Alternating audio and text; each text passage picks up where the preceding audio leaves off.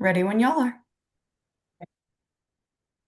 Good afternoon and welcome to the Buncombe County Home and Community Care Block Grant Advisory Committee meeting for Wednesday, March 25th, 2026.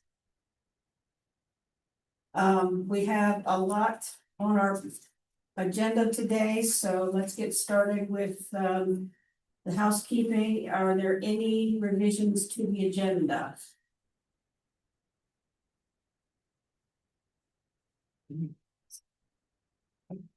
Hearing none, do I have a motion to approve? Motion to approve. Second.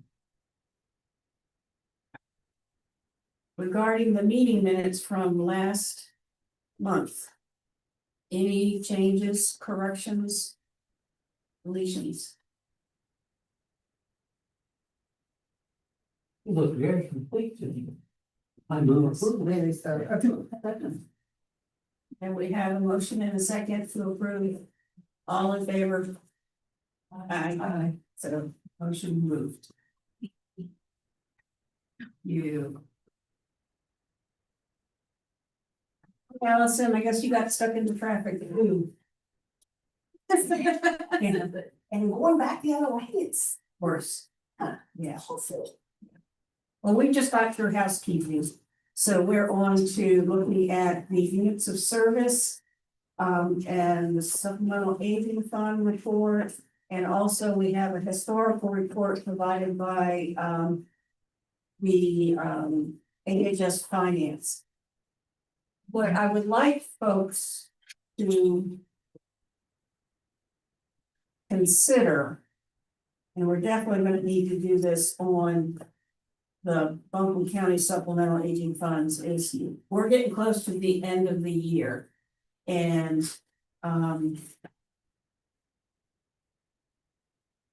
typically the block grant folks, all those adjustments are done at the very end. Am I remembering that correctly, Zach? Okay.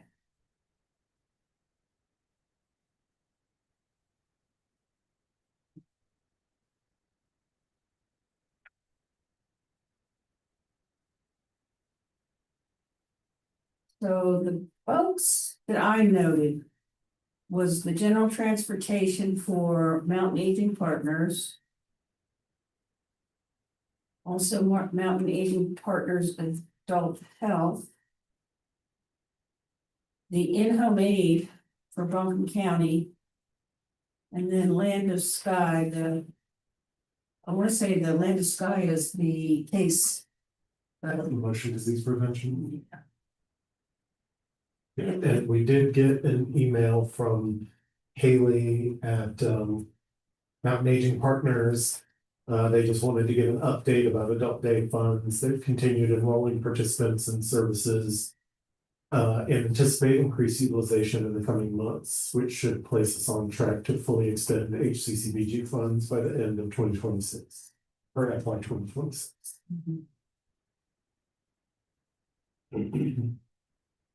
So they mentioned anything about their transportation issues?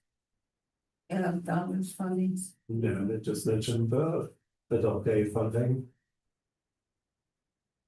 From my knowledge, though, the issue that they continue to run into with mountain mobility is just availability for regular drop-offs of clients.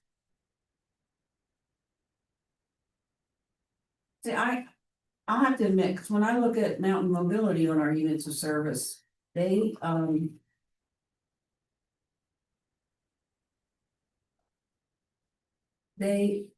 have like 5,517 units of service that are provided but not reimbursed.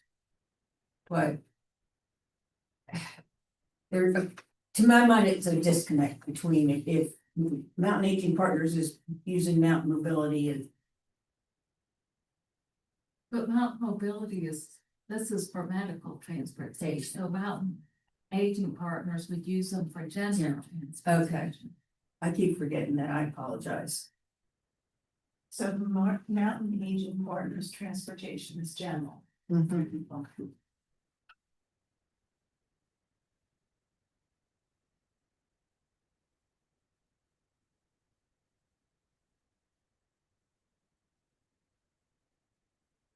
Does anyone else have any observations on the block grant units of service?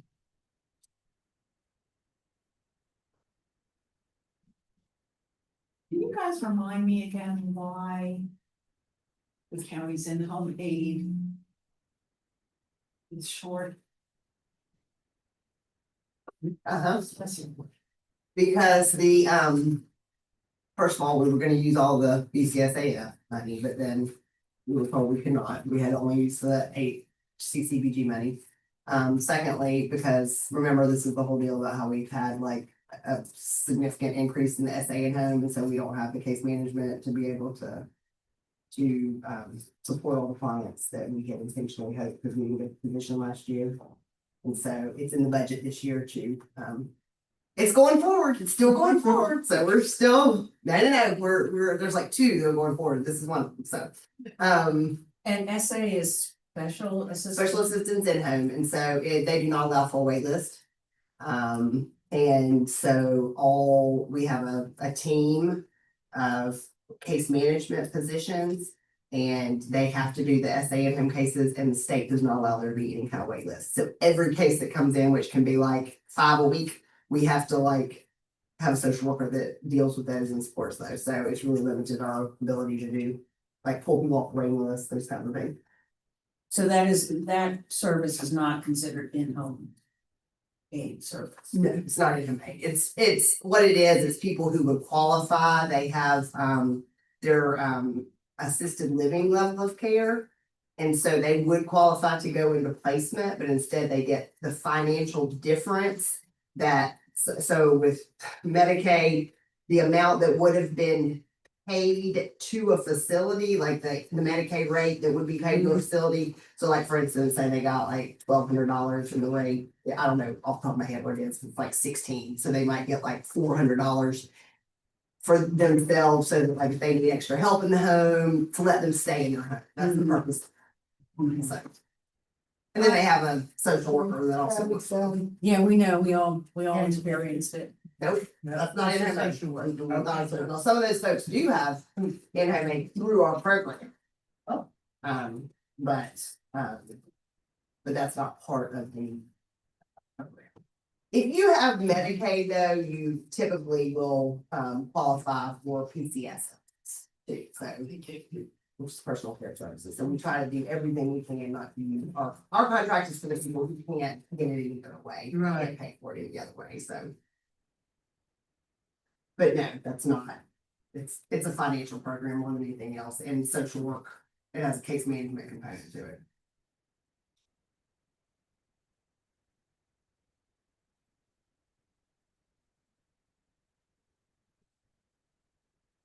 Well, I think, let's see, February, March, May. June. We'll have to monitor. I mean, the benefit is, the flexibility that a block grant gives to reallocate. And then even if we don't allocate within the county, it stays within the region. And I can always begin the process of when I send these out. Allowing the providers to notify us if they feel they're going to need to relinquish funding or if they need extra funding. And because usually we start around the third quarter, the fourth quarter, beginning of the fourth quarter. Which would be April. So like in a week and a half. And all the numbers will be in from our, y'all make talk about this, from Brianna, from our finance for these to like look to see, like she's gonna be able to give an exact amount of like how much in-home aid should be able to fully relinquish, like what that looks like, because we've got it scheduled, like we're opening, these 2 per month off the wait list through the end of the year, so we've got it like perfectly budgeted out. And so like by the end of next month, she should be able to say like, this is how much in-home aid will relinquish back through BCSAF, and she's gonna look at all the programs that way. Okay, Which is helpful. yes, it is helpful. It is helpful to have an extra hand looking at that. And I appreciate it.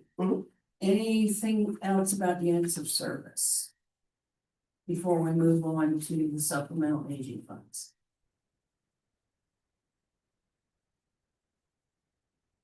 Okay. So if I recall, by April 22nd, we need to determine which of these Buncombe County supplemental aging fund providers would need to relinquish, they need to start relinquishing their funds. I think Allison just said that they should know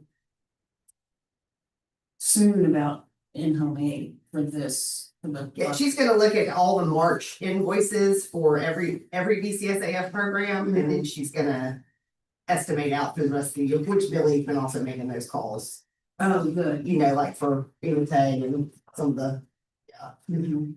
Because mine, and I'm sure everybody else has looked at it, you know, Unitay probably will relinquish. I'm thinking maybe 7,000 and Blue Ridge Pride. Well, The Well, same. I contacted Blue Ridge Pride, they're gonna be, they said they were gonna spend all their money. That's what they said, and then, I contacted Unite and they did have 2 sessions and Mudita sessions in February, as you see, and they claim to have more in March, and I asked them, I've been continually emailing Unite, like asking them, you know, if there's been a difference and how much they think they'll be using, so, today I received a response that they probably gonna use like 2,000 to 2,100 a month, and I sent that information to Brianna. And so if that's the case, there would be like 2,857 and $76 left to relinquish, but we're just gonna have to, we'll know more when we see the March invoice. If they're spending 2,000 to 2,100 a month. But will we see that before the deadline of the 22nd? Oh, well, we're gonna be working on that to get it before the 22nd, and yeah, that's what Brianna and Finance is gonna be working on. Mm-hmm. Like I'll continually, be contacting Blue Ridge Pride and Unite like I have been to see if they, if it's changed, what they're gonna use every month, so. that's all we can do, I guess, is estimate that, I mean, Well, because they have till the end of the year, so. I understand that, but I also looking at our schedule, and the 22nd of April would be the date of our meeting. That's when it, yeah, so that's why she's gonna have all that to go by then. Okay, so all right, so if I understand correctly, that we have next month's meeting, 22nd. At that meeting, we should have to reallocate. And that we're gonna use the numbers that we're getting from the health lead. Yes, Brianna in finance. and Billy provides like the contacts that she does with like Unite and all that, she provides that to Brianna, and then Brianna like, Mhm. you know, says, puts it in the thing to figure that spreadsheet, whatever, and is like, okay, this is projected, this is what should be left over, so that's what she'll be doing. Mhm. Okay, so that's an agenda item for next meeting, is the reallocation based on the HHS finance. Can I ask a question, Allison?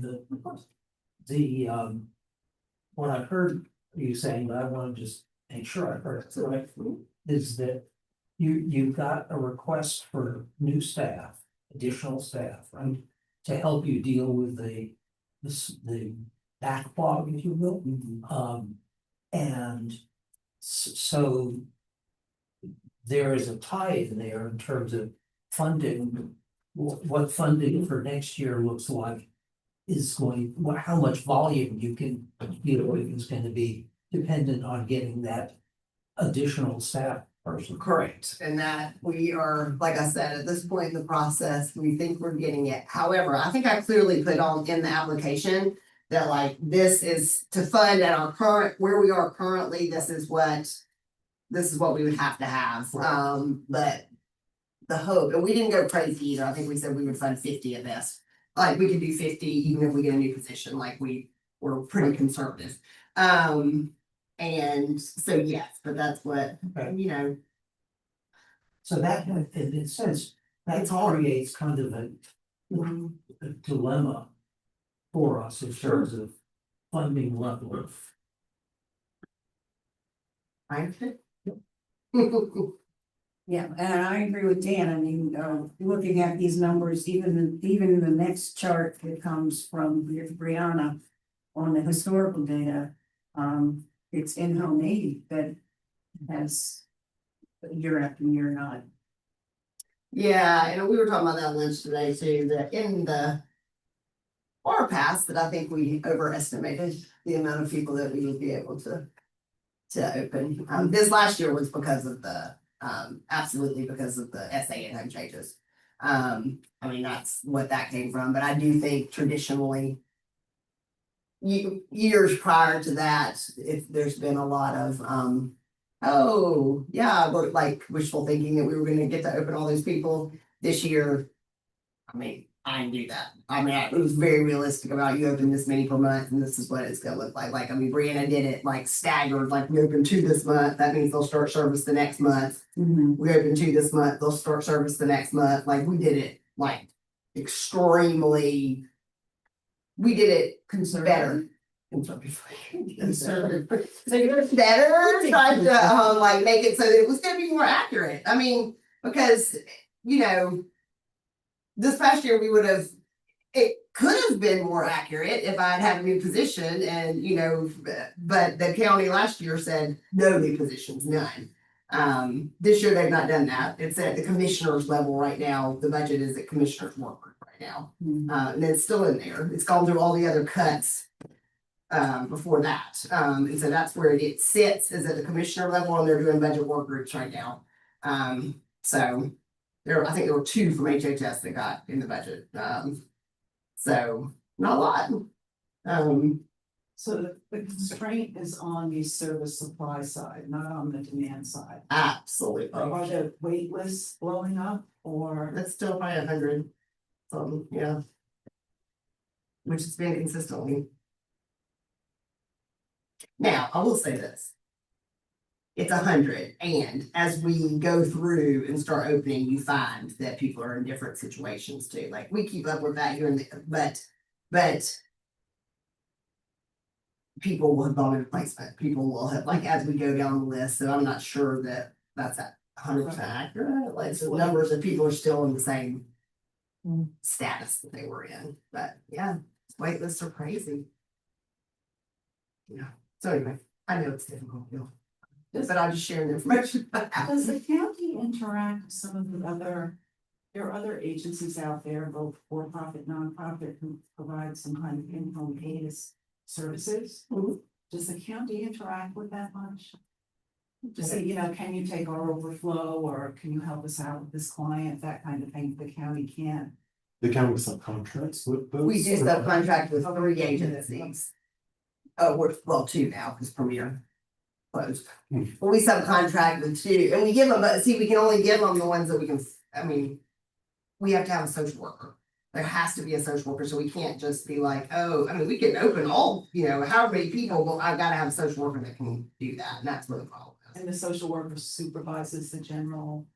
The supervisor, yeah, provides the case management. They have to do like certain number of contacts. They have to do, that's where the issue is. Get case load. Until it actually fully passes, I'm not gonna say that, but it's stuck along further longer than it has. Well, that's exciting. Before. We do. Yeah, so anyway. But it is a dilemma for us. Sure. Yeah, because I think what I'm hearing is that the application in front of us from the county is more conservative than it has been in the past. Way more good, yes, Okay. don't you think? Okay. So, just my thoughts, I don't know about, other folks, but when we're reallocating next month. I know, I think if I recall, Working Wheels has already asked, is there any money that's gonna be available? And I'm also looking at Day Stay, knowing that they're a smaller provider and, they're out in Denver. So, that's just where my brain went this afternoon when I was looking at that.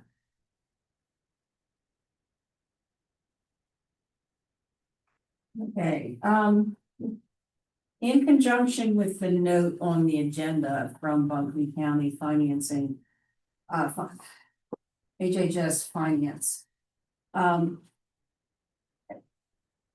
I was taken back by the tone, I guess, of the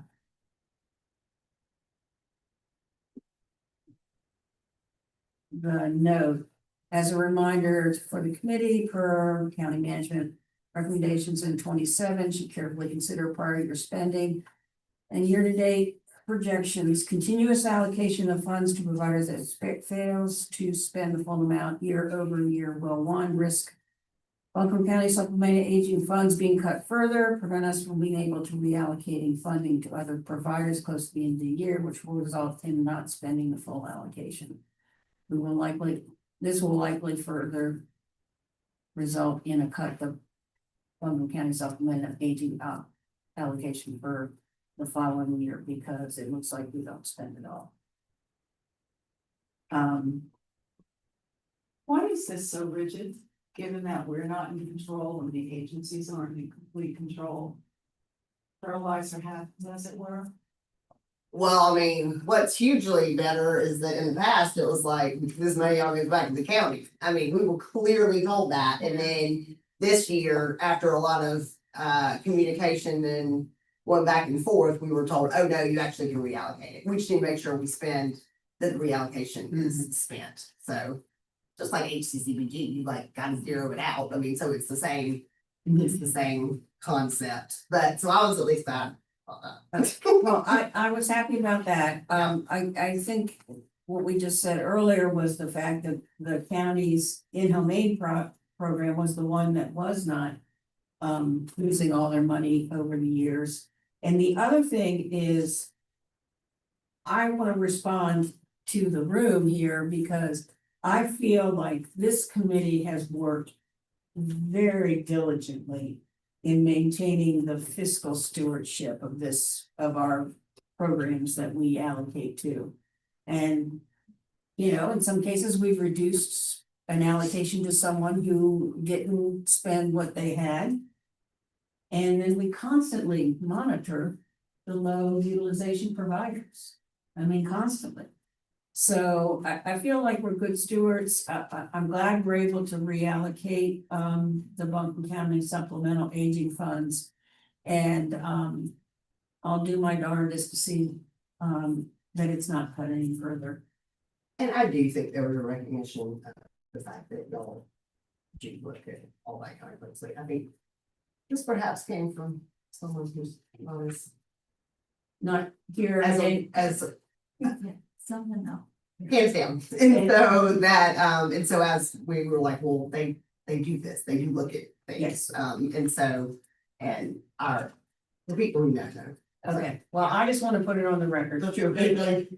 In this room that we are, you know, we work very hard and take our volunteering very seriously. And you have a wealth of experience in the people on the committee, so. I'd just like to, I don't know anything other than, just sort of a gut reaction, which is this kind of comment from finance to me sort of reflects, probably system stress with postal lien and with tax issues, in the present that I found when I worked in county government that finance folks tend to look at things in sort of black and white ways, and they they do, that's their job. Mhm. And that's not our job necessarily, but we do, but I agree, we've been responsible, and I think we're been helped to be good stewards of these funds, but I think to me, this reflects system stress. You're being, yes. I mean, it sounds to me like if you get less money, it's your fault, not ours. Well, I don't want, I agree with Dan, and I just wanted to put it out there for everybody how hard we work and. And I'd say the other thing I would say is, in regard to Allison's comments is, since our title is as an advisory committee, that one of the things we certainly could do, either individually or collectively, is advise the board of commissioners how important this position is to deal with waiting lists and backlog of need in this adult world. And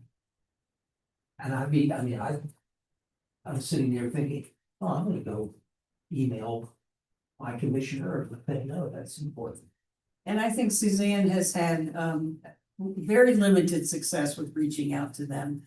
And my 3-minute presentations at the board meetings are maybe reaching some of them, I don't know. How can we motivate interest in them? Or in someone, maybe in finance? For HHS, who might have more of an access to them than we do as individual. Well, I mean, one of my questions from looking at this is, I mean, who's really making the decisions, county management or the commissioners? I mean, the commissioners do policy and they can be very nice and positive. But then, I think it gets to county management and things change. Unless county commissioners really pay attention, which frequently they don't. Well, I think I would like to table this conversation because we have a whole lot of new grantees, grant applications, I should say. And we need to start thinking about funding levels. I will share some good news. At last week's Regional Aging Advisory Council meeting. Leanne Tucker, the director of the AAA here, shared that she's very optimistic with the funding. So I reached out to her and asked her about the target. You know, we said 1.6 or 1.65. And she kind of indicated that, you know, going back to 1.7 would not be bad. So, and this year, the preliminary numbers came out a lot earlier than in prior years. And she's even hoping to have final numbers like in a week or two. So I would say as a preliminary, change the amount available for block grant to 1.7. And go from there, and then hopefully by our next meeting, we will actually have a final number from block grant.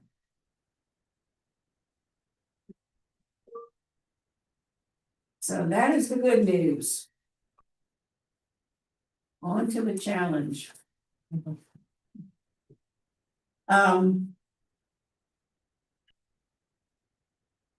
Where do I start? There were 35, if I remember, 35 applications.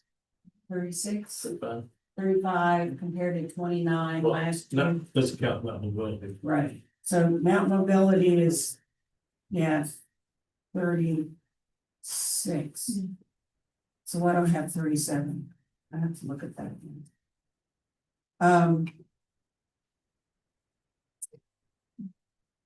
And also we had a number of new applicants we've never seen before. So before I make any comment, I just wanted to refer back to the application that talks about our purpose. To support and enhance the quality of life of older adult residents, older county residents and their caregivers, to allow older adults to live safely at home or in the least restrictive environment, and to provide transportation and opportunities for social interaction to reduce isolation.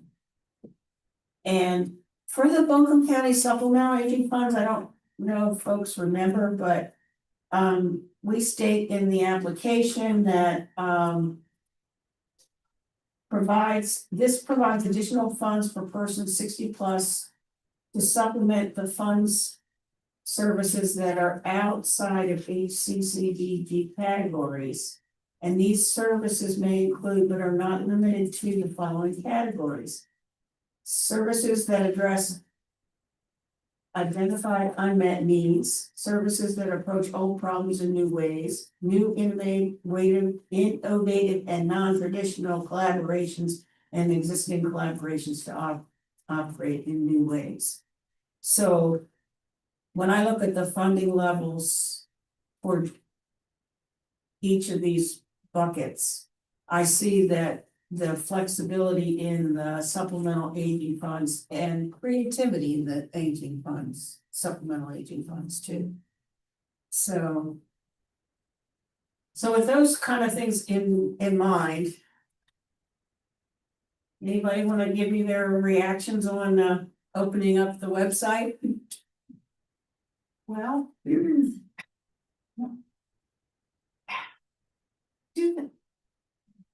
Two things jumped out at me.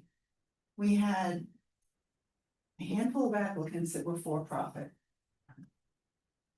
And about all of them, my question is why, or how do you set yourself up as a for-profit, given what you say your business is? And then there was a nonprofit that made my eyes pop out of my head with respect to what they were, how much they were asking, and the fact that they're a large corporation that just happens to be registered. I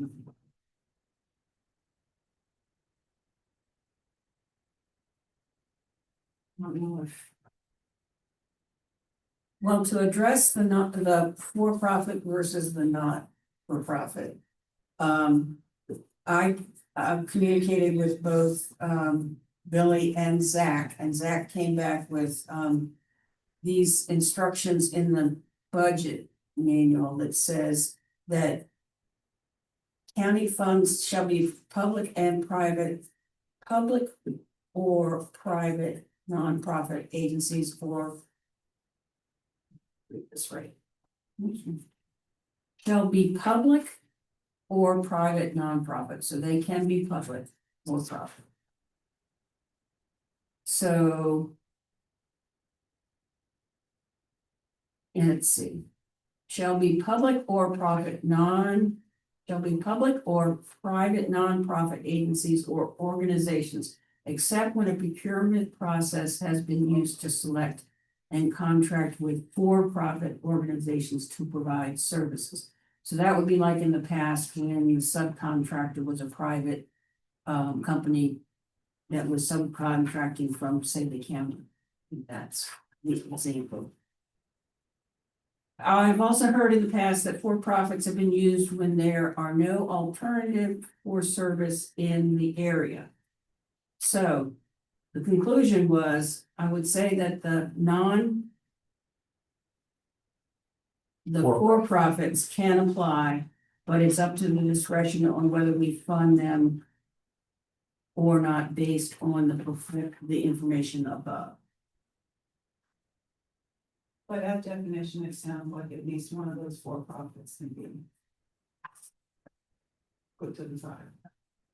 The thriving fund, the mobile on-site physical therapy services, their competition according to them, including Care Partners, Central Well, and Next Level Rehab. Good. Now, which one was that again? Private phone. You're doing occupational therapy?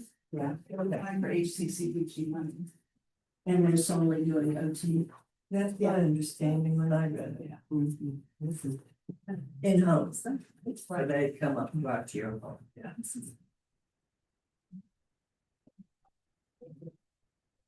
No.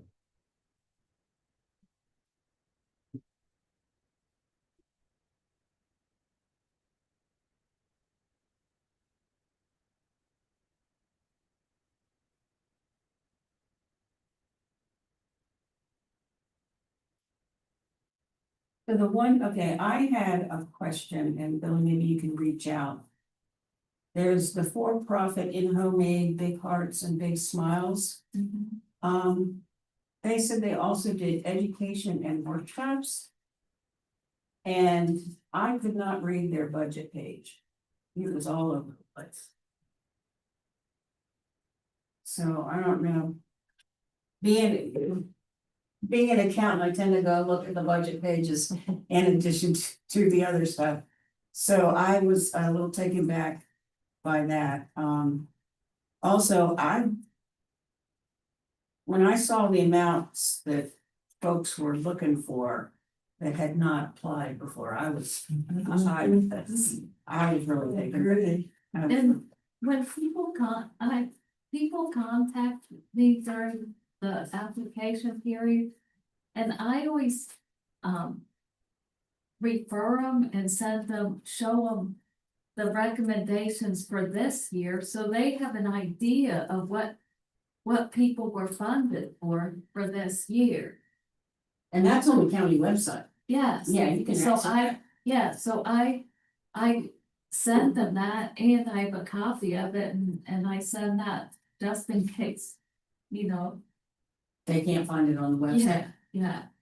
So just so that they know, because people have asked me, well, what should I ask? And I said, I can't answer that question, and it's how much it costs you to provide the service, and this is what was allocated this year, so. So it is surprising, some of those big asks. Could I throw something out there about the Big Hearts, Big Smiles? At 10,000 feet, thinking, oh gee whiz, technology is that just fabulous. It sounds like, oh, what a great idea. But then when you start to think about memory care with technological aids, body wearing technology, electronic medical records, artificial intelligence enhancements. I mean, AI has not cut up natural stupidity. I mean, if I were someone's advocate, I would not put them in this program. They're probably running off Microsoft products like Windows 11, which is a security nightmare. If the more you know about it, the less you sleep at night. Throw into that, not just Microsoft's AI, but their AI. I just find this. I see where the idea is coming from. I don't think it's motivated all that much by concerns for people's welfare. That sounds terribly cynical. I just see this big black box of risk for the client, the patients, their advocates, and I wouldn't touch it with a 10-foot pole myself.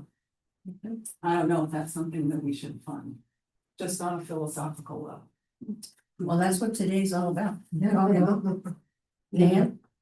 Well, my reaction, all to going through all of these was, I kept thinking, I really like what we currently fund. There's some that are stronger than others, and some that we may have questions about. But I reacted to all these new applicants with skepticism. and concern about, how they fit into sort of the larger picture of what does the community need? And I really thank you for reading the reminders, of our mission, because I think that does, so I think we have a really good array of programs that meet our mission. And adding, I'm open to adding to using the Buncombe County funds to add innovative programs, but many of these new programs are so expensive. There's no, this is not, we don't have the money to do that. That's the point, we don't have the money, and we have people that have been doing a great job. But we have programs funded by the Buncombe County funds that are innovative, that are, there's some risk to them, because they're young, they're new, they're trying to do things, and it's great, we have the opportunity to support those programs, but I didn't have anything in particular other than saying, holy smokes, there's just so many of these. When I rated them, the new programs, some of them were okay, but a lot of them just were at the bottom of my rating. I think my question would be, are any of the new programs so outstanding that we should cut our existing programs to put them into practice? And I tend to think no. I can agree. One I had a big question on was SOS Asheville Senior Oral Health. Founded by 4 hygienists as a for-profit. They're not business people, but someone probably helped them. But given their mission, why would you set yourself as a for-profit, not a nonprofit? It may just have been ignorance on their part and somebody's friend giving them advice. And what caught my attention with it, though, was that it reminded me of a conversation I had with my dental hygienist. I don't have any dental problems. I have no experience with that. But I asked her, I said, is there a particular demographic that has statistically more dental problems or difficult accessing care over another? And I expected, the answer to be no, it flows by income, basically, rural versus city, that kind of thing. And she told me that the demographic with the most challenges are seniors. Because health changes, the medication they're on, their mouths go dry, that creates all kinds of problems. And sometimes they compensate for that by sucking on candies. So you wind up with cavities and whatnot. And that's why looking at this, the senior oral health services, question I have for them is, why are you a for-profit? Because I think what they propose to do, which is what they do, is they go to people's homes who can't get out or aren't mobile and help them with a service that they have very little access to. That would be the one I would consider. Well, I think, going back to my background, one of the major differences when I had clients who were talking about either a for-profit or nonprofit, I think one of the big deals is that if you have a nonprofit, you do have to have a board of directors. And the board of directors is in charge and, you fire that. Okay. So,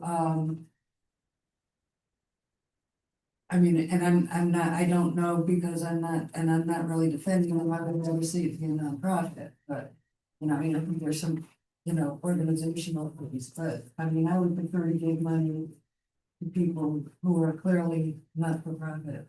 And I like having a board of directors because they do tend to keep things in line. But if you don't want anybody bossing you around, it's better to have a for-profit. Right. And the individuals, the 4 women who founded this organization may not have been aware of any of that. Starting a business is something that the average person doesn't do, it doesn't think about. It's easier than most people think, but it's also harder than most people think, you know, it requires a certain degree of. I know I don't know what I need to know, so how do I find out?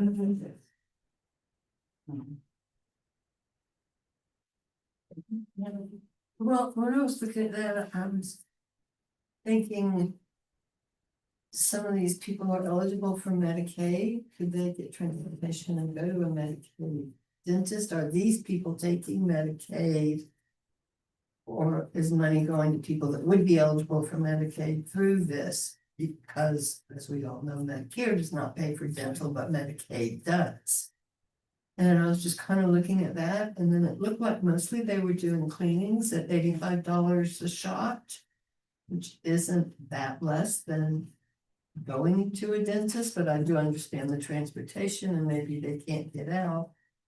And then the for-profit, that was a huge question with the amount of money that they're requesting, and I have all these notes at home.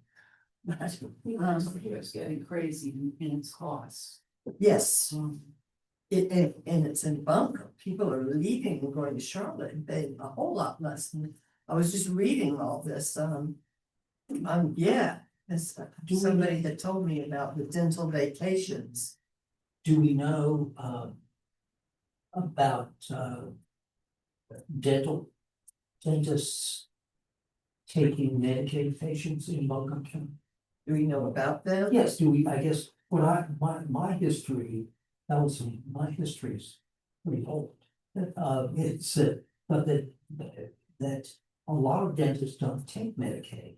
There's definitely dentists that take Medicaid, and there's the people that see different Medicaid doctors.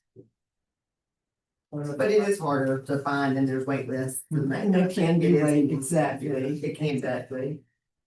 And I also wasn't clear on exactly what they did, was it just cleanings and Preventative care. just preventative care?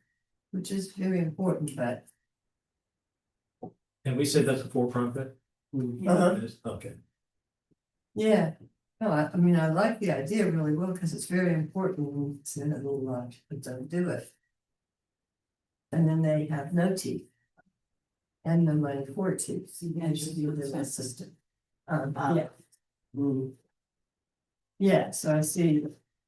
And it plays a huge role, but Well, I'll have to be forthcoming, but because I have seen, they call themselves SOS. I have seen presentations from SOS at my other, volunteer opportunities. And they do, at least in the presentations, they focused on the fact that they did do, residents that were cognitively impaired. And so that the, even getting someone close to the patient or to the patient's, in the patient's mouths, I mean, I can't imagine what that would be like for someone who's cognitively impaired and their caregiver. I mean, it must be horrendous. I have witnessed it. So for me, and I agree with Deb that it's a worthwhile service, and it didn't really come down for me for profit or not for profit. It came down to. Was it keeping them safe in their homes? I mean, was it providing transportation? Was it kind of the big, I mean, it was, it was just difficult for me to think about even allocating what, $232,000? The money was. Yeah, And it says in the application that they serve older adults in assisted living facilities and community-based settings, so Yes. they're not going to people's homes per se unless they live in assisted living. Oh, I thought that was in addition to going to private homes, but maybe not. Yeah, because that was the other part I'm thinking, okay. Well, think about what they're asking for. I mean, you can ask, it doesn't mean you're gonna get, but if you don't ask, you don't get. I mean, in my first pass through this, I gave them a token $10,000, you know, it was not like, okay, I'm giving you, I'm gonna recommend all the money for you. Yeah. My experience in controlling athletic budgets in my career was call them Moonies because they asked for the moon. Swing for the fences. I'm gonna ask for this much, because if I get this much, this is really all I need. So I'm gonna do this and I'll probably do what I need. I've dealt with that a lot, and so I'm often skeptical. Especially when new people will ask for too money. To me, I don't be ignorant, but they don't understand the landscape that we're in, but. Right. When I first read it, I kind of blow up when I first read it, but they don't understand all what we experience, I guess. I got the visual, because I almost did the same thing when I first opened that Yes, that website. was the one too, yeah, I was just like, wait, what? Yeah. So, yeah, they were one of the first ones on the list. So. As we think about. How we might do these allocations, I guess. What I also saw were some duplicate services. Like the Land of Sky, the home repair. Which was similar to, Mountain Housing. Yes. And. I still don't in my mind. I haven't yet decided, we agreed that. You know, that home repair is important. Do we bring a new? Do we find a new person, a new agency, or? I don't know, I don't know.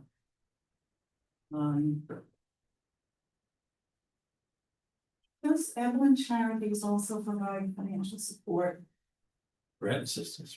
for, you know? Water main broke or whatever, I know they do the work, but they provide financial assistance with emergencies, don't they? The ability for older adults at home. That Buncombe County one. Electric bills, rent, helps with that, yeah, to keep you in your home. Yeah, I thought they mostly did like rental. Yes. That's my understanding of most of what they do, but Mhm. I thought they also would provide one off and say things that, you know. Not used to that. So you're thinking, you're wondering whether they are to be included in home repair? Yeah. No? You know, I was looking at home repair and then just housing stability generally. Maybe I'm conflating them a little bit. But my reaction is that I guess what you're getting at is that the delivery, the social service supports is decentralized. The money comes from federal, state, and local, but the actual service delivery is outsourced to agencies, largely nonprofits. And there's no even unofficial back of the envelope sort of, you know, coordination and organization among the agencies that provide similar services. My reaction to the council on aging applications that I have is that don't we already have that already? The council, I mean, the land side. No, I think that's I think that's a really good point in terms of the, just thinking of my friends, dear friend of ours. Came to the county to live with her daughter. And my wife and I have been helping her find resources around to help with this friend. And the daughter she doesn't know where to go. She goes to, and goes to 6 different places, gets 6 different answers. And it's true, not just for aging, but it's true across the social service spectrum. And I don't think what we can do, we can ask those questions and try to help focus, but I do think that's just a piece of reality. that in some ways, we don't want to contribute to that. On the other hand, we didn't make this, this is, we're trying to do the best we can. Right, but what I think we have.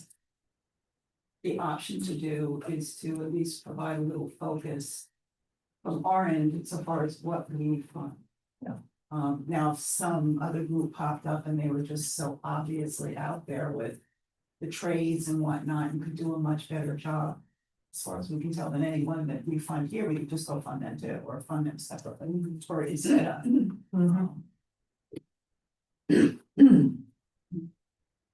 Well. Zach, correct me if I'm wrong, but both of the programs, Mountain Housing and then the Land and Sky application, aren't they both capped by the repair price? When it's a per Yes. repair? Yes, well, it used to be $1,500 and now it's been $7,000, or it's been moved up to 7,000 unless they obtain a waiver to go over the amount.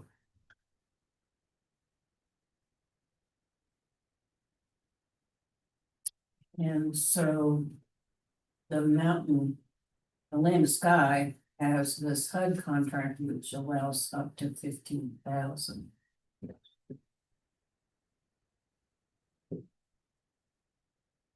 So in other words, there are jobs that Land and Sky's problem could address that mountain housing opportunities can. It sounds like it, yeah. But it also sounds like they both know each other and.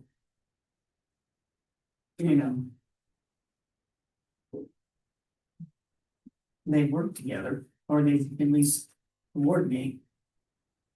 When I was at Council on Aging, they all coordinated very well. Habitat, that they can, that Mountain Housing could.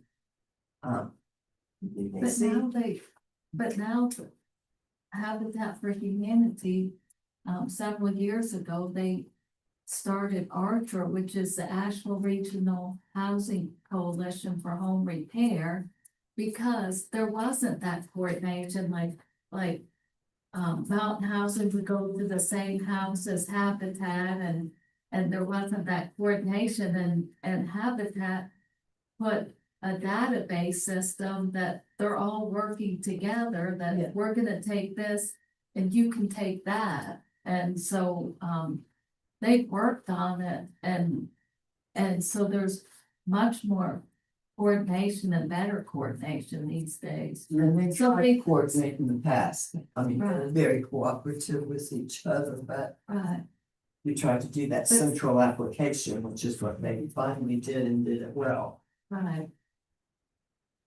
Yes. And in the application from Land and Sky, they do say that they're also active participant in that Asheville Regional Coalition for Home Repair.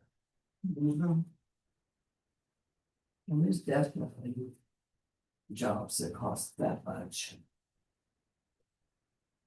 Another way to think about this is, this may not be a useful way, but I throw it out as just an option. It's like, a while back, I put this graphic together for myself to understand this, and what I found was just using, I think, the current funding was that I have a category direct care and safety, which is in-home aid and adult daycare and a couple other things. That are 29% of our funds went in that world, 19% of our funds went to nutrition. 34% of our funds went to transportation, and then everything else, the other categories, which would be mental health, socialization, legal, respite, others, were all no more than 4%. And I just throw that out in terms of is that it's just another way of thinking about. The question is, are those the right amounts of money for those, for those categories? Which categories are most important? And which are, as we found with transportation, are kind of immovable. They're, and it fits with the mission statement. I mean, transportation is mentioned specifically in there. But just another way of thinking about what are the categories that, So yeah, what was it was transportation, it was direct care and safety, direct care and safety. nutrition, transportation, those, between those, that was 60% of our fund, roughly 60%. Everything else, other programs just were smaller pieces.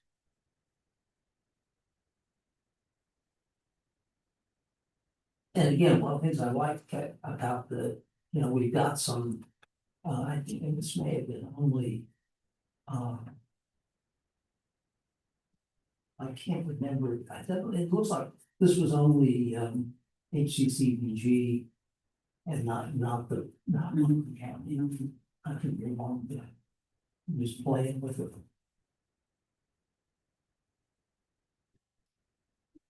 Well, in my mind, that goes to show that we're kind of all, we all approach and come to kind of the same agreement on the basic priorities. Transportation, food, and direct care. I think home care needs to be in that, if you're gonna be at home. No, that's true. I mean, what we've seen, people have to leave their homes because they've got holes in the floor, because they don't have heat. Because their water heater just fell through the floor and they don't have the money. And then they go stay with relatives in the house. Yeah, And on and on, so I mean, and they need ramps, just things like that that keep them in the home, literal. Just my observation. And my experience. my observation experience. The other duplicate was, the information and options. And that came from both Buncombe County, the Council on Aging and the Mountain Aging Partners.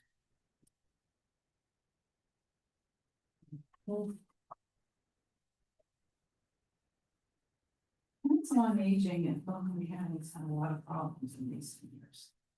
Apparently, And currently, have they got a new director? I've They heard hired one. they're looking. They're still looking. For interviewing, that's all Okay. I've heard. Missing an unfortunate time to leave, but. Yeah. Zach, did you just do a evaluation at Council on Aging recently? For their congregate nutrition and choosing a home, which doesn't have anything to do with. Okay. But not the information. No, I did that last year and everything seemed to be fine, but I don't think there was any options counseling. That's what's bothering me. In their letter for donations, they say that they do this, and I saw on their report that they are not. And that's a position you have to be trained for. I mean, you just can't use that word. And then I see them using social workers. I went to their website. One person's a social worker, and that person is with dining, not even information. I mean, it's fine that they don't have social workers, that's not required. But it does bother me that the terms are being used inaccurately.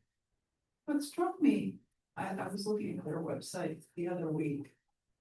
They have one board member for every employee. And they've had all this chaos.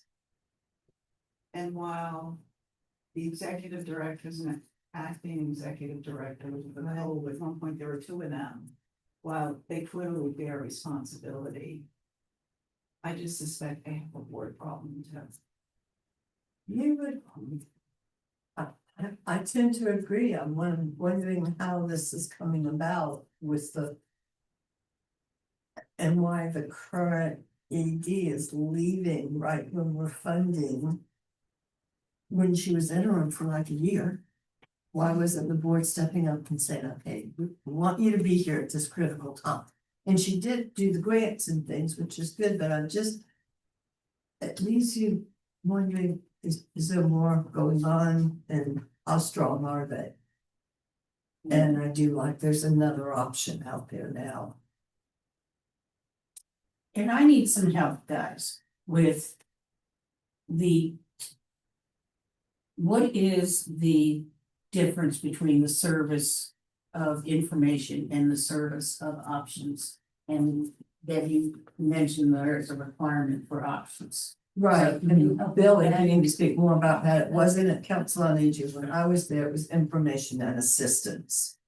And we had, so someone would call and say, I have a hole in my floor, and we'd go to their home, and definitely there was a hole in the floor, but there was also no food, there was.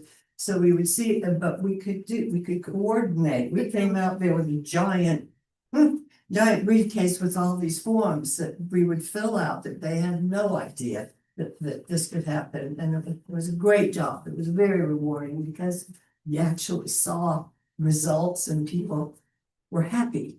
But options counseling, there was a dedicated staff person to options counseling. At the end, right before I left, yeah. Yeah, and that was a training, they had to do training to get that title. And I'm not sure what the difference, what do they do? Is that, can you explain for us? Sit over here. So in the past, there were two separate programs, information and assistance and information and options counseling. They were combined into a single program. However, there are still data markers for information and assistance and information and options counseling. Information and assistance are merely contacts. That's all that they keep track of in ARMS. And that's to say, if they had 800 calls and they helped, route those calls to where they needed to go and things like that, that would be 800 contacts under information and assistance. Information and options counseling is more in-depth. You have to be certified as an options counselor, and you have to have someone willing to go into that program, and it is more of a coaching thing. So you set benchmarks for that individual of what they need to check on, what they need to do, and they have to go through that options counseling and agree to it. The client. The client does, yes, and that is why options counseling is not often, or it doesn't often have units, because a lot of individuals find that to be overwhelming to do all of the footwork themselves, and you just kind of bring them the information that they need, and you counsel them on what needs to happen, in order to get to where they want to get to. So that's the main difference between the information and options and information assistance. So if I'm representing someone, I'm the caregiver of someone who's maybe got dementia, has some comorbidities, has a whole host of problems. If I call in, the information and assistance staff is gonna say, oh yeah, here's a list of organizations that you can call for food, for whatever, blah, blah, blah. On the option side, we'd have the same initial conversation, but they would be more proactive in helping the caregiver I think they're move gonna, along. I think they're gonna be proactive either way. It's the amount of assistance that an individual needs that will trigger the options counselor or whoever's at Council on Aging to say, this person would qualify for options counseling. And then they would start the ball rolling on that. But if it's someone just calling to say, I need the number to the Grove Street meal site, then, Oh, So on the one hand, the person calling in is better informed. On the other hand, on the options counseling side, the person probably not well informed with respect to what might be out there. That fair? I would say that everybody has the same base of knowledge because they're all located and they're all resource coordinators. But I mean, from the client side, so on the information and assistance, is it more the case that the person who calls you has some sense of what they need or what they want? And can you give me the phone number of the food bank or whatever? Whereas on the options counseling side, the person calling in may have no idea that there's even help, help out there for whatever their issues are. I would say it's a healthy mix of both. Okay, I have, a thought. Why don't we ask Billy if she could contact both organizations regarding both contact both of them, asking, do you have a certified options person? Counselor. And so then we could say one is either they're both just information and assistance, or one of them is information and assistance and options. Then you have a look on your face and say, I read that they both had those. I just didn't see it being utilized was my thing, and I read that there were social workers. My question that I would want answered or that clarified is with the map. They're already pretty successfully working in Henderson County, is my understanding. They're wanting to add Buncombe. How would that look? Are they gonna come, do they have people in Buncombe that know our county and know our demographics? Just how does that look? Or is it going to be with people that are from Henderson County and know not our demographic necessarily or a huge layout, but might know our resources? Cause I don't even know if they won't have a brick and mortar here or satellite as far as I could read, but that's what I would. Elizabeth Williams says they have 3 certified options counselors, I thought that's what, and social workers. 2 full-time and 1 part-time. And they are already running an information and options counseling program in Henderson In County Henderson that County. I'm due to monitor next month. Okay. Yeah, so that was my thing, that I just want to see how they would do it in Buncombe, because my understanding is it's successful in Henderson. And Elizabeth Williams seems to know how to get stuff done. She does. And that's, yeah, That's, yes, that is my understanding. if forced to make a choice between the two, I wouldn't hesitate either on my filing.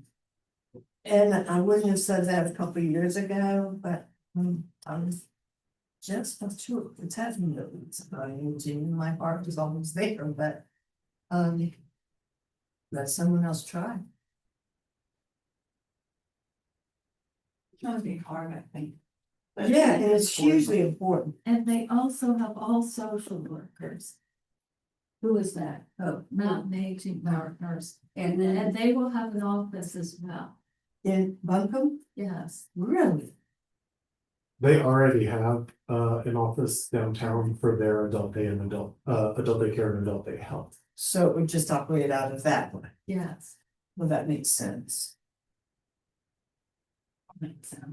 I know I'm getting. happy. It's really like everything that you say goes through that info, call it options, but people have no idea, they're just lost and they can make one phone call. And if you're knowledgeable, you can put their pieces together. And you can read through. We don't have food, but we have this high bill, well, I can get you a leap and they'll pay your bill and now you have a free. Thinking out of the box a lot is part of it. Yeah, well, I'm very happy to hear that, yeah, they'll have. because that's what I read, but I didn't know They'll about have an the. office at the church, Excellent. First Baptist Church where they're located in Buncombe, downtown.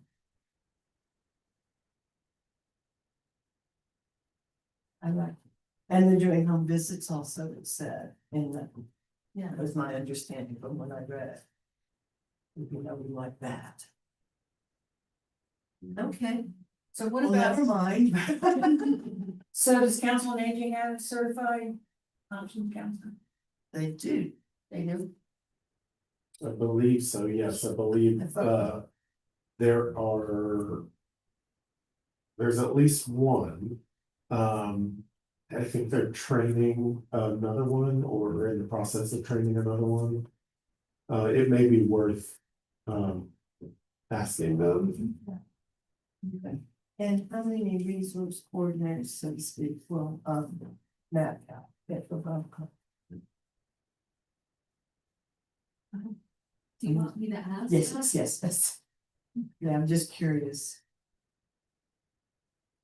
I thought it seemed like. I like the way that they were, implementing themselves here with additional social workers part-time until it gets off its feet, it's well thought out. And, so I'm just curious with that. And they're asking for less.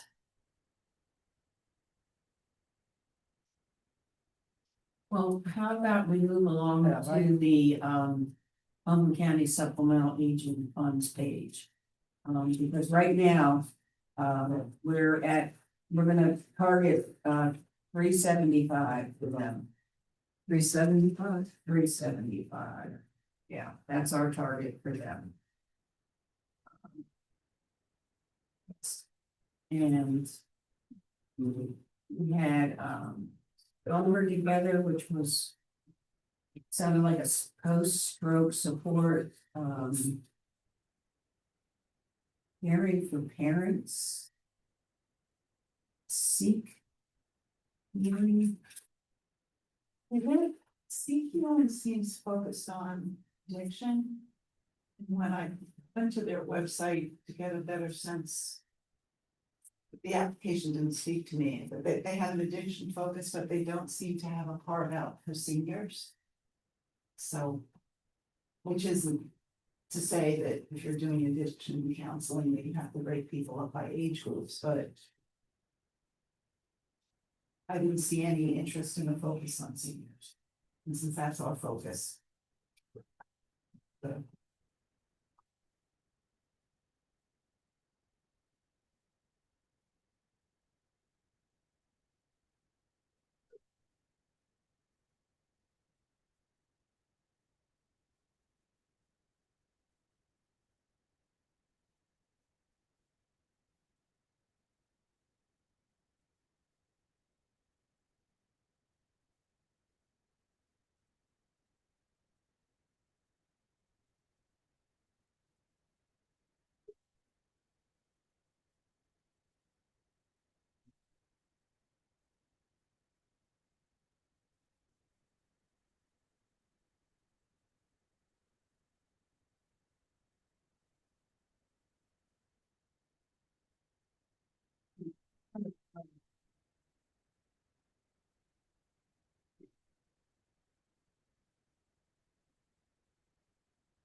I feel bad about anything.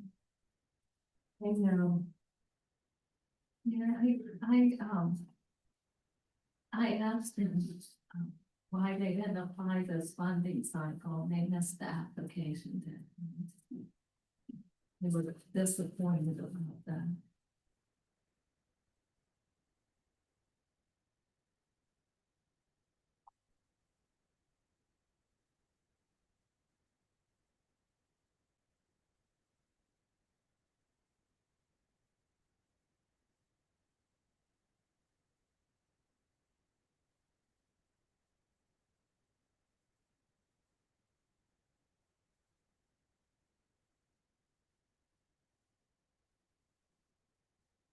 So the one thing I made a note of for Seek Healing was, in their budget, they had no expected revenue.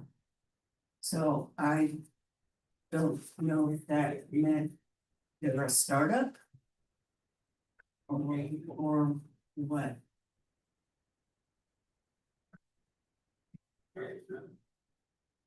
Maybe they don't know any accountants. Well, that's true too.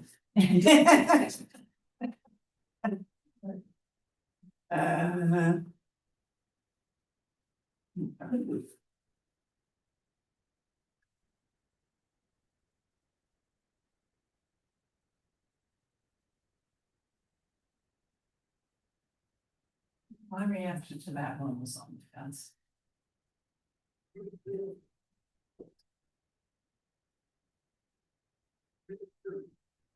And then my note to myself about the stronger together. It sounded like a post-stroke support. Yeah, I have to bring to.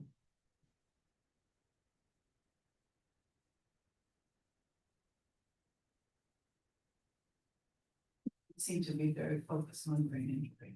When folks with brain injury, if they don't get. A lot of times they look okay, but they're not. And, you know.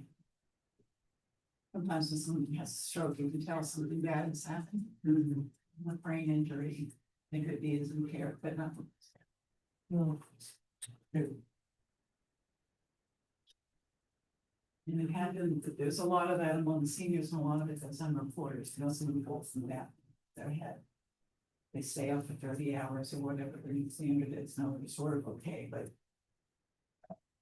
Not necessarily so much.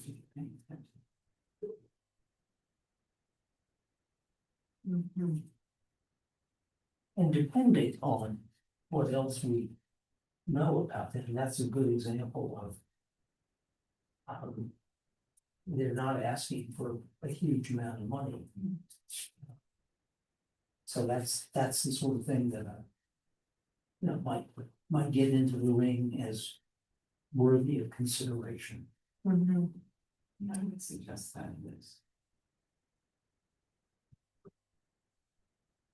So we haven't done before. You're talking about stronger together?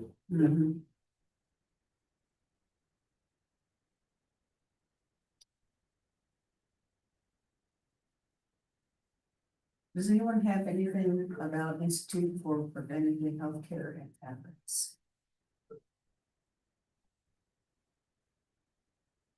You provide help with rent utilities, transportation, and seem to be. And we're sort of covering that, aren't we?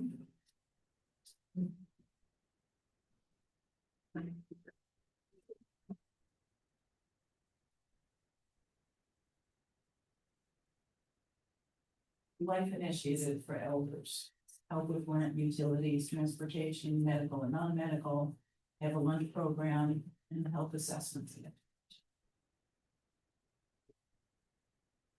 So worthy and not a lot. I have a lot of notes on them, but I don't have them with me. Unfortunately. Well, Institute for Preventive Healthcare and Habits, you see, they help a lot of people in the BIPOC community.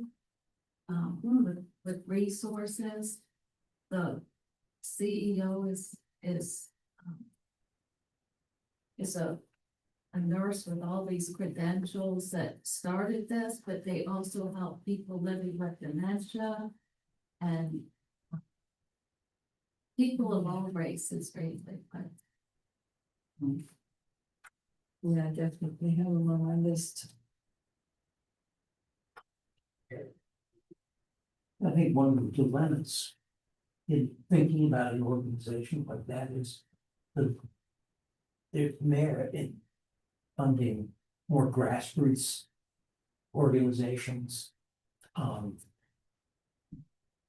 Like what we tended to do, at least in terms of HCCBG money, is support more more deeply rooted institutions that aren't grassroots. Maybe they were once, but that they had grown into something larger. To me, that's always one of the dilemmas.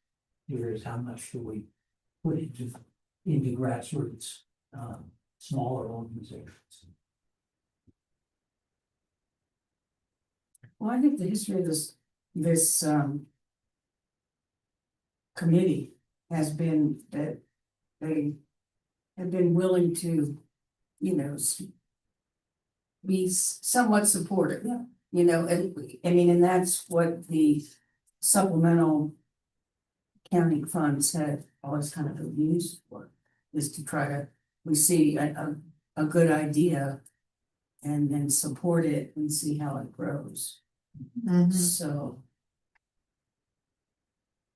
But it's always difficult, I mean, you know, It's difficult and lack of money. yeah, lack of money. Yeah. So, um. I'm looking at the time. Oh, it is 4:57. I think we've had, we've had a good discussion. We have some good news with the Buncombe County, not Buncombe County, the block grant funding.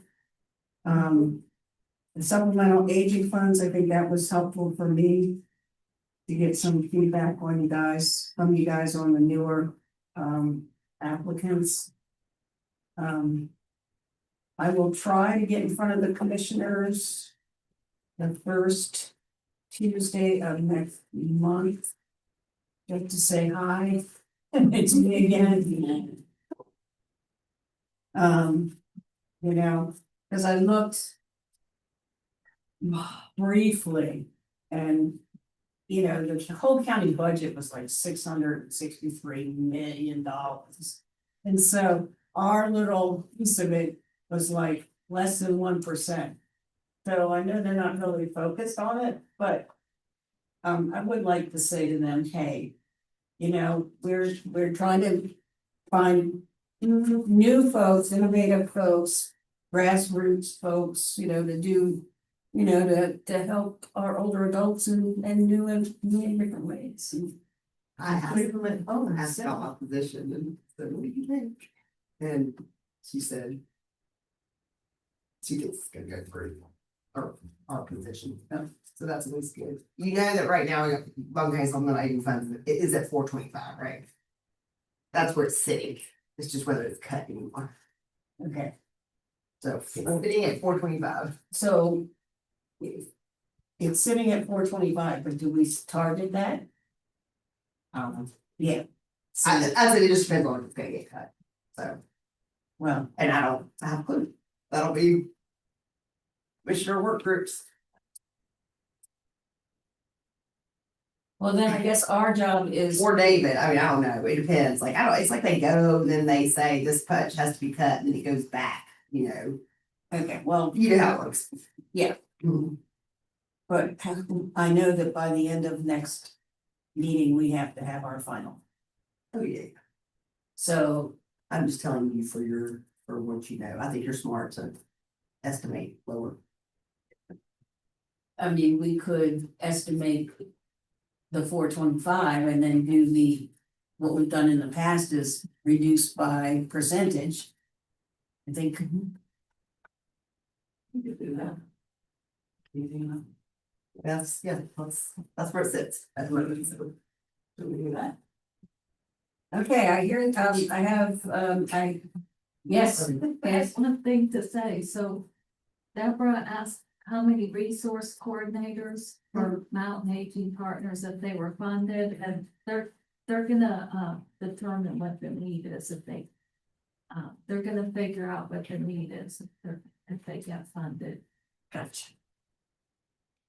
Okay, back to the target for Buncombe County's supplemental aging funds.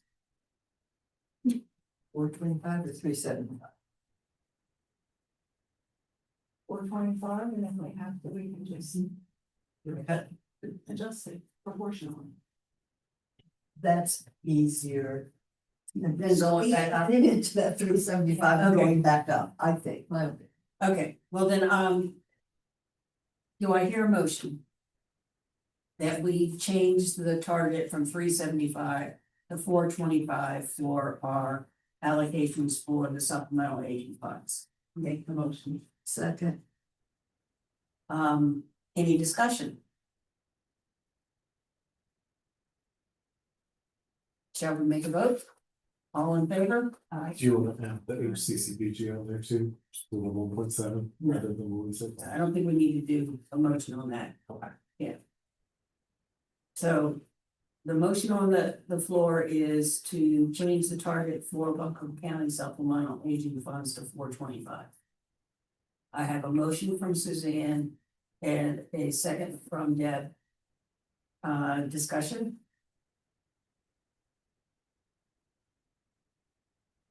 Okay, let's put it to a vote. All in favor? Alright, and looks like everybody's agreed. Alright. Alright, we have a target of 425. That's a good idea. And then, as we've done in the past, we would reduce by percentage. If we have to, If we have to. yeah.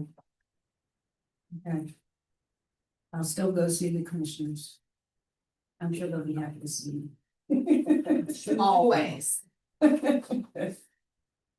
Okay, according to my clock, it's 5:02. Want to be respectful of everybody's time. Thank you very much. Thank you, everyone in the room. Thank you, thank you, thank you. And, I would like to see your recommendations back so that I can compile them the weekend before, which would be, 19th of Sunday. yeah, so try to get them to me, the 18th. By Saturday, the 18th, if they could. Did I make a suggestion? There may be one on our list that might be an easy, no. It's on the HCCBG side. Okay. That's the Bayada Home Health. Okay. They're a massive nonprofit. They have revenues of 1.83 billion, expenses of 1.82. You said we get E. Would be, yes, I did. They applied from a national office, but they're based in New Jersey. They claim to have an international presence. They pay their top people, the top 7 people make 7 figures. The big guy makes almost 4 million a year. I think you could give those 3 people, say, a whack of 40 or 50 grand and cover what they're asking us to provide. Okay. Yeah, sounds good to me. Good research. Yes. Yes, excellent research. But that guy's got a certain lifestyle, he's got to keep up now. I don't know if you. Well, Yeah, I my last. Did you hear that? It's like. Okay, guys, try to get the numbers back to me by the 18th. In what format? You want us to use You, this? you can, use the, I sent it in a PDF and I sent it in Excel. Suzanne said I should, change the order up to alphabetic. If that is okay with folks. Okay. Okay. I just didn't want to change it until I told you I was gonna do it. I mean, you can resend it, what you're saying. Yeah, I'll resend it. I'll change it alphabetically and I can resend it. If that doesn't work for you, that's fine. I can work with anything you send me, Greg. Anything. No, because I took a screenshot last year and sent to you. I think it's because I have an iPad. One of my sons was telling me that might be an issue as far as being able to be interactive. Mhm. It's because, but I've got a laptop, I got, so I take now, so I'm gonna do on My parents still just have the iPad. It's a little difficult when they're trying to send a PDF or like do something. They're having a hard time with it. Why kids? That's what she would say. Okay, well, thank you all online and thank you, Buncombe County, Molly, for hosting us and everything. Thank you, Billy, for getting my questions. I answered so